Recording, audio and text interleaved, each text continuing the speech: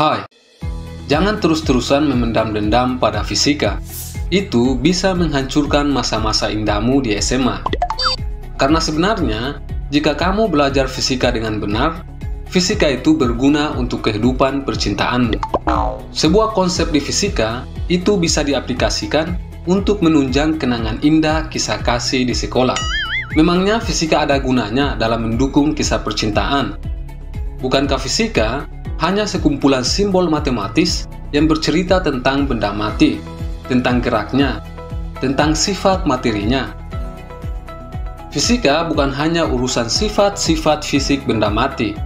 Fisika adalah sekumpulan konsep dan kerangka pikir untuk memandang sebuah fenomena atau peristiwa di alam.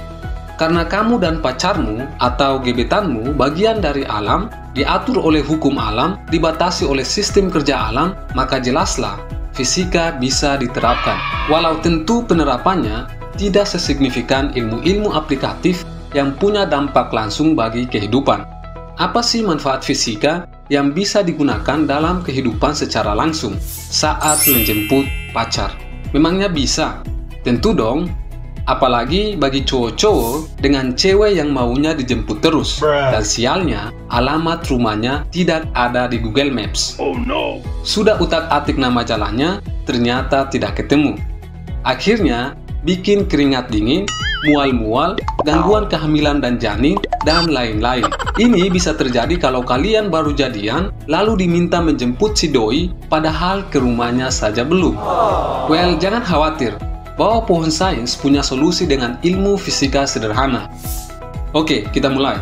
Gak usah tegang, santai saja. Tegang itu ada waktunya kok. Loh, ini bahas tegang yang mana sih? Sorry. Pernah dengar sistem koordinat nggak? Itu tuh yang kita pelajari di bab tentang vektor dan kinematika.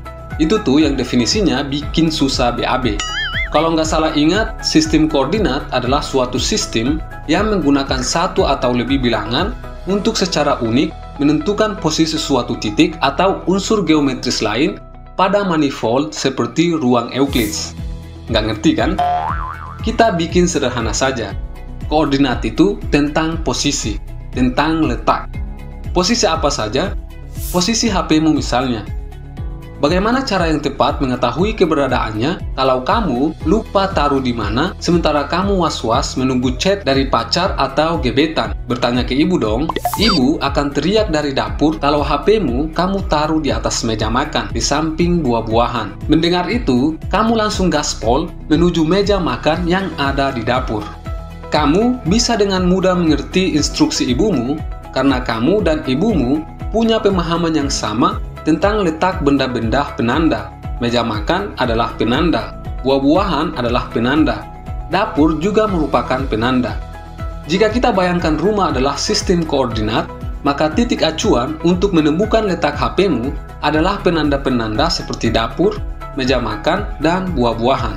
Semua menjadi mudah ketika kita punya referensi yang sama dengan pemberi informasi.